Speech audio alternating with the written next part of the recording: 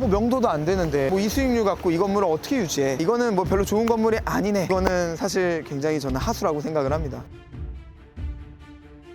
안녕하세요, 빌딩 이사부입니다. 한티역 다거리에 지금 나와 있는데 지금 시간이 저녁 6시 30분이에요 이제 퇴근 시간이 겹치다 보니까 지하철역이 굉장히 붐비고 있어요. 우선 한티역을 중심으로 행정동이 총 3개 동이 위치해 있는데 롯데백화점이 있는 곳은 대치동이고요. 앞쪽으로 한티역 7번 출구 쪽으로는 행정동이 역삼동으로 분류가 돼요. 그리고 그 건너편은 도곡동으로 분류가 됩니다. 이 한티역 상권은 이 아파트 지구가 몰려있는 항아리 상권이라고 생각을 해주시면 돼요. 이 롯데백화점 뒤쪽으로는 이 1층이 음식점, 그리고 그 지상층으로는 학원가가 줄비해 있는 상권이에요. 여기도 대치동이잖아요. 대치동의 학원가라고 하면은 한티역 사거리부터 음마아파트 사거리가 메인 학원가라고 보시면 돼요. 이 메인 스트릿을 기준으로 대로변에는 이제 학원이 꽉 차 있고 그 안쪽까지 학원들이 계속 확장이 돼 갖고 상권이 커지게 된 거고, 이 지역에서는 사실 거래할 수 있는 건물 자체가 많이 안 나오는 편입니다. 그리고 나온다 하더라도 워낙 그 공급의 희소 가치가 있는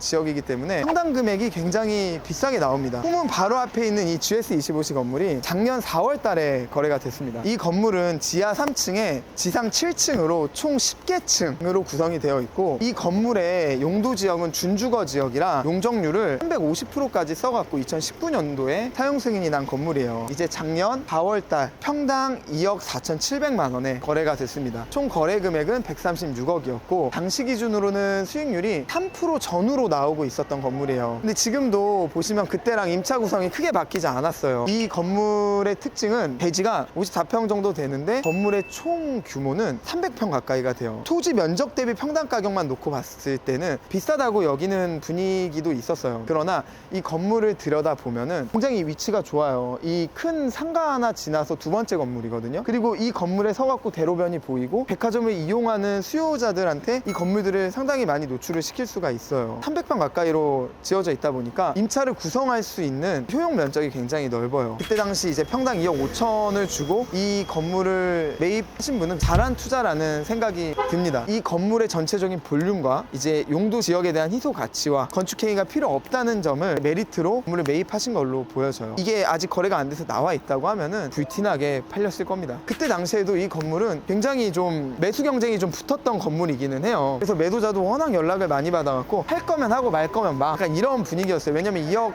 4,700이라는 금액이 저희가 생각해도 근데 이면에서 2억 5천 조금 무거운 거 아닌가? 라는 그런 판단도 있었기 때문에 이제 금액을 좀 이렇게 내고 협상을 해보려고 했지만 쉽지 않았었던 건물이에요. 배후 상권이 정말 커요. 신규 유입되는 유동량뿐만 아니라 기존에 이 일대에 거주하는 거주 인구가 많아요. 지금 여기는 상권이지만 안쪽으로 들어가면은 도곡초등학교를 기준으로 그 일대는 전부 다 다세대 다가구 빌라들이에요. 이제 주변에 학원이 많잖아요. 지난번에 대치동의 특징을 말했던 것처럼 학사라든지 단기 임대라든지 이런 수요들이 굉장히 많고요. 그렇기 때문에 상권에 비해서 배우 수요가 굉장히 많은 입지라고 봐주시면 됩니다. 그렇다 보니까 1층에 자리가 없는데 수요는 많으니까 지상층까지도 가게로 들어가게 되는 거죠. 이 지금 김태환 스시가 들어와 있는 건물이 24년도 10월 달에 총 거래금액 270억 원에 거래가 됐고 평당 금액으로 하면 1억 9천이라는 정말 말도 안 되는 금액으로 거래가 됐습니다. 물론 1억 9천이라고는 하지만 270억이라는 볼륨이 사실 굉장히 커요. 특히 이 한티역 메인이라고 하는 곳 중에도 대장 자리를 차지하고 있는 건물이에요. 이런 건물들은 가지고만 있어도 대대손손 물려줘야 될 그런 자리라고 저는 생각이 들어요. 그리고 또 하나의 특징은 뭐냐면 김태환 스시가 있는 이 네모 박스가 준주거 지역으로 이루어져 있고 그 건너편인 이 파리바게트가 있는 박스가 3종으로 이루어져 있고 지금 저희가 서 있는 박스 2종 일반 주거 지역으로 이루어져 있어요. 그래서 이 용도 지역에 대한 효용 가치 순으로 매기자면은 준주거 지역이 같은 라인에 있더라도 가장 비싸요. 그 다음은 3종이 비싸요. 그 다음은 2종이에요. 같은 날 한날 한시에 같은 면적에 똑같이 나온다고 하더라도 모든 게 동일하다고 봤을 때 얘가 제일 비싸고요. 그 다음 3종이 비싸고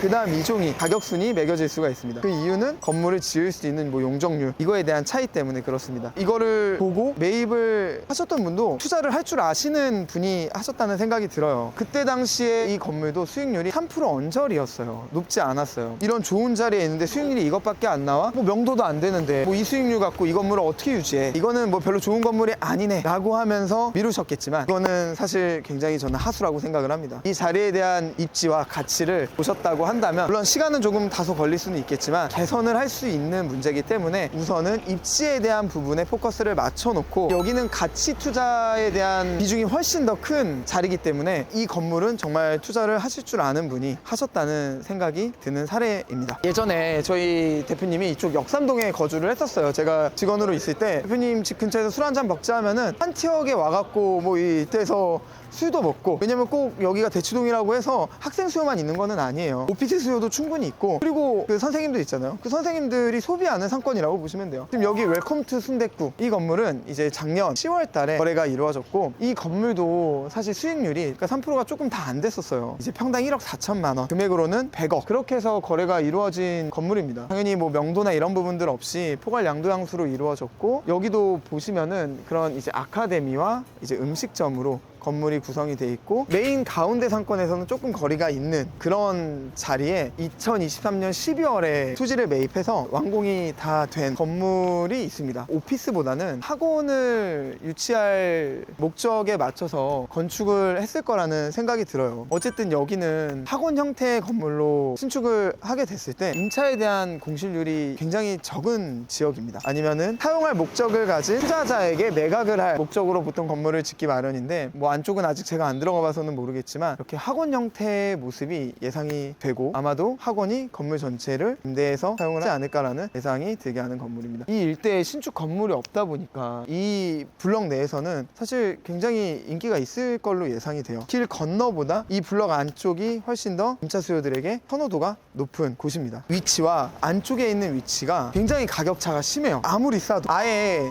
거래가 안 되는 라인도 있어요. 초등학교랑 가깝게 붙어 있는 곳이 있거든요. 근데 여기가 골목이 되게 좁고 좀 뭐라 그럴까, 들어갈수록 좀 이렇게 좀 복잡해요. 많이 꺾어야 돼요. 진짜 건물들이 다닥다닥 붙어 있어요. 그런 위치들은 거래가 안 됩니다. 그리고 대체로 지금 노후 건물들을 사는 이유가 새로 지으려고 사는 거잖아요. 그런데 거기에다가 개발을 해봤자 누가 사용을 안 해줘요. 인기가 있는 곳만 있어요. 안쪽으로 들어가서는 공실도 굉장히 많아요. 이 블럭 내에서도 양극화가 굉장히 심하다. 이 바깥 사이드들은 인기가 있지만 안쪽으로 들어가도 뭐 한 5분도 안 들어가요. 그런데도 분위기가 완전히 반전이 됩니다. 주택가 사이에 있는 건물들은 아무리 뭐 이렇게 싸게 그리고 뭐 잘 지어놔도 사용을 안 해요. 대신에 그런 위치에는 여기를 단기로 이용하거나 주거를 필요로 하는 학생들이 사용할 수 있는 뭐 숙박시설이라든지 주거시설을 개발을 하면은 또 인기가 굉장히 많습니다. 저희가 오늘 한티역 상권을 돌아봤는데, F&B 상권을 보기 위해서는 가급적 저녁에 나와서 퇴근 시간에 좀 겹쳐갖고 나와서 상권을 보시려고 하면은 도움이 많이 되실 거예요. 오늘 영상은 여기까지 하고 다음 편에 찾아뵙도록 하겠습니다. 감사합니다.